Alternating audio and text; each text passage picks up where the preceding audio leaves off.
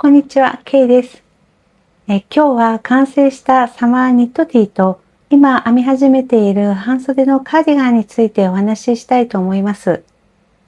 まずこちら、パターン名はアンカーサマーシャツと言いまして、デザイナーさんはプチニットになります。こちらのアンカーサマーシャツが完成しました。私はサイズの S を編んでいます。こちらのアンカーサマーシャツは実はずっと前から編んでみたいと思っていたパターンでした。名前が似ているパターン名でアンカーティーというものがあるのですが、こちらのアンカーサマーシャツはアンカーティーよりも前に出されたパターンで、少し太めの糸で編むパターンになっています。プチニットのデザインの中でいろいろ調べていくと、このアンカーサマーシャツが以前から目に留まっていたのですが、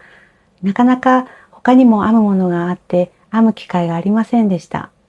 でもこのヨークの美しいデザインがずっと目に留まっていたことが何回もたびたびありましたので、今回編むことができてとても嬉しく思っています。で、こちらのアンカーサマーシャツを編みながら思ったこととして、このアンカーサマーシャツは本当に優しいパターンだということが分かりました。で、あともう一つ、編んで思ったこととして、プチニットのデザインは再現性が高いということを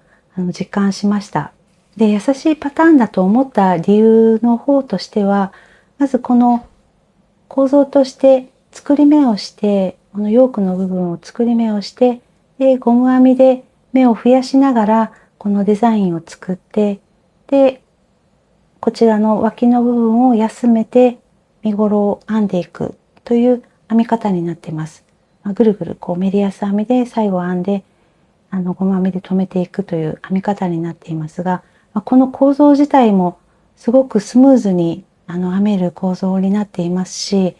あと編み方の手法がそれほど難しくなかったことがあります。表目とあと二目一度、あと増し目の部分の右増し目、左増し目が出てくるぐらいで、あとは本当にずっとメリヤスで編んでいくという編み方になりますので、初心者の方にとっても編みやすいそういったパターンだと思いましたし、あと編み物に慣れている方にとってもリラックスしながら、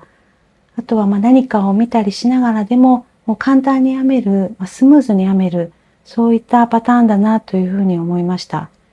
非常に分かりやすく、優しく考えられているパターンだと思いました。で、もう一つ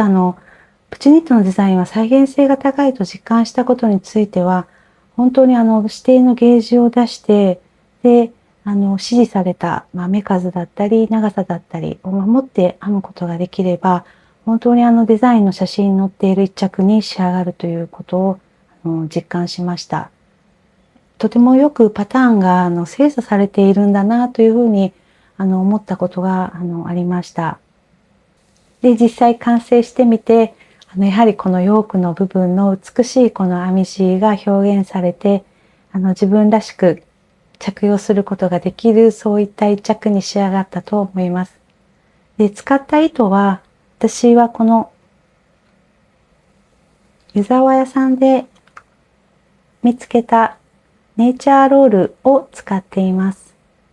こちらは夏糸になってまして、組成は綿と、あと竹の繊維と、あと麻が使われている糸になります。とてもしっとりした感じと、あとカサッとした爽やかな夏糸の感触がある、そういった糸になっています。こちらの糸は私は以前サバイトップを編んだ時に使った糸で気に入りましたので、もう一度このネイチャーロールで何か編んでみたいと思って、こちらの、ずっと編みたいと思っていたアンカーサマーシャツを選んで、パターンとして選んで編むことにしました。仕上がりはやはりこの生地感はサバイトップでも分かっていたのですが、綿のしっとりした感じと、あと麻とか竹繊維の爽やかなカサッとした感触がとても夏らしい生地として出来上がりますし、やはりこのドレープこの落ち感ですね。これが私はとても好きで、上品な印象を相手に与える、そういった生地感ができる、とてもいい糸だなというふうに思っています。で、私は、この糸を編んだ時に、最初は指定の針は4ミリでしたので、4ミリで編んだところ、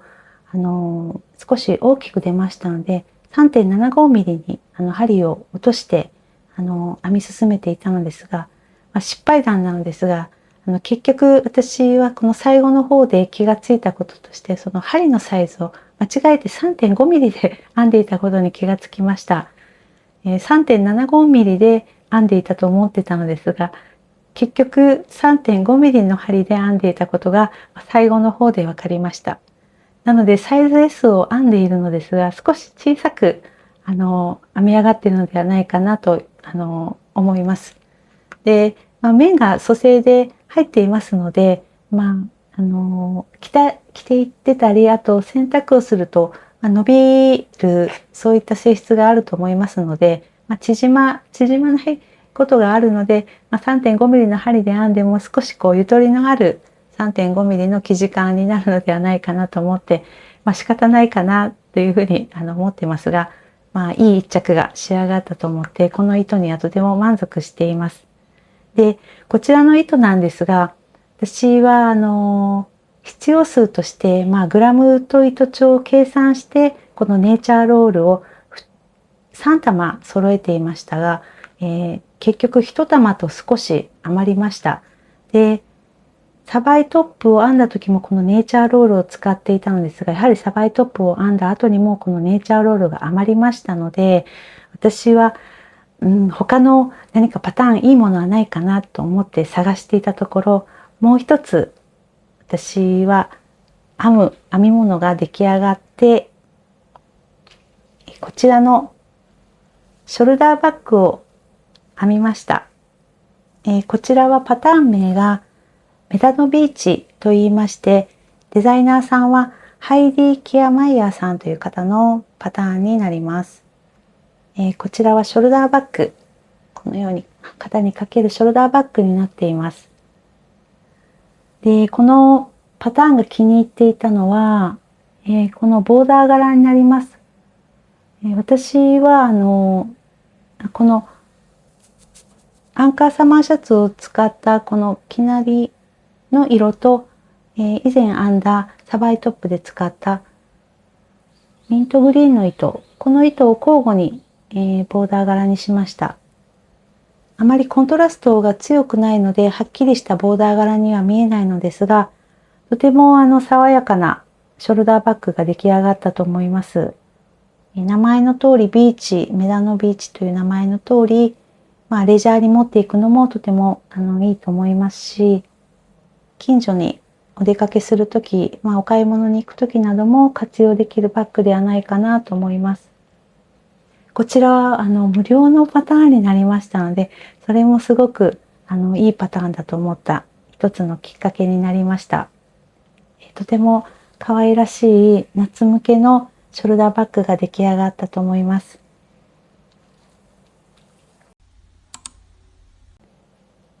次は今編み始めているものについてお話ししたいと思います。実は先ほど紹介したこのアンカーサマーシャツ、こちらがお気に入りの一着になりましたので、またプチニットのデザインを編むことにしました。しばらくはプチニット祭りになりそうです。今編み始めているのは、こちらは後ろ身頃の部分になりますが、マギーカーディガンというパターンを編み始めました。デザイナーはプチニットになります。アンカーサマーシャツを編んでいて、夏物をずっと編んでいましたが、そろそろ、秋に向けて編んでいくものを変えていきたいと思いました。で、その時に、プチニットのこのアンカーサマーシャツがとてもいいパターンだったということもありまして、気になっていたこのマギーカーディガンを編んでみようと思いました。このマギーカーディガンはとてもシンプルなデザインだと思うのですが、やはりシンプルなので、普段着使いにもとても汎用性があるそういったデザインだなというふうに思っています。で、こちらのマギーカーディガンに使用する糸なのですが、こちらのダイアドミナビータという糸になります。こちらの組成は、ウールが 63% でモヘアが 10%、ナイロンが 27% 入った、そういった糸になります。マギーカーディガンで推奨されている糸がいくつかあるのですが、その一つにカシミヤがあるのですが、カシミヤ高価なので、私はモヘアで編むことにしました。で、このモヘア糸で編む中で合うゲージを探していたところ、このダイアドミナビータという糸が見つかりまして、こちらの、ライトグレーの糸で編むことにしました。スワッチも編んでみました。こちらになります。やはりモヘアが入っているので、この少し毛羽立ちがふわふわした印象を与える、そういった生地感になってます。すごく柔らかさが出て、チクチクする感じはないです。光に当たって本当に綺麗な編み地になっていると思います。モヘアの糸がこう少しふわふわしている、その毛羽立っている部分もありますので、多少こう編み目がガタガタしていても綺麗に見えるモヘアの特徴が生かされた、そういった生地に仕上がっていると思います。